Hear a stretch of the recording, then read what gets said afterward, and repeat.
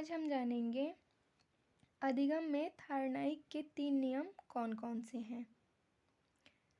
पहला है तत्परता का नियम।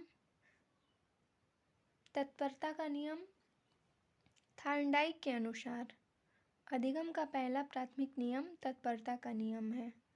तत्परता का अर्थ कार्य की तैयारी है। यदि कोई सीखने के लिए तैयार नहीं है तो अधिगम को स्वचालित रूप से नहीं किया जा सकता है। इसका उदाहरण है, यदि शिक्षार्थी पुस्तकों का अध्ययन शुरू करने के लिए स्वयं तैयार नहीं होते हैं तो वह एक सुस्त और अप्रस्तुत तरीके से प्रगति नहीं करेंगे। दूसरा है अभ्यास का नियम। अभ्यास का नियम क्या कहता है?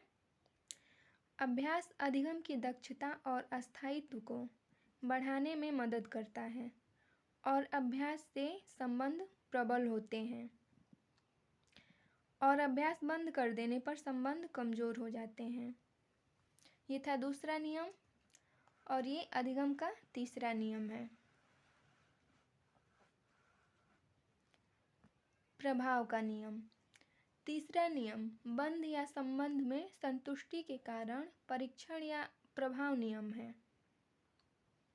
संतुष्ट होने से ही अवस्थाओं का संबंध प्रबल यानी कि मजबूत होता है, जबकि असंतोष झुंझलाहट से संबंध कमज़ोर होता है या समाप्त हो जाता है। एडवर्ड थार्नडाइक द्वारा विकसित प्रभाव का नियम सुझाव देता है कि किसी विशेष स्थिति में संतोषजनक प्रभाव उत्पन्न करने वाली प्रतिक्रिया की उस स्थिति में फिर से होने की अधिक संभावना बन जाती है और एक असहज प्रभाव पैदा करने वाली प्रतिक्रिया की उस स्थिति में फिर से होने की संभावना कम हो जाती है। तो ये था अधिगम का 3 नियम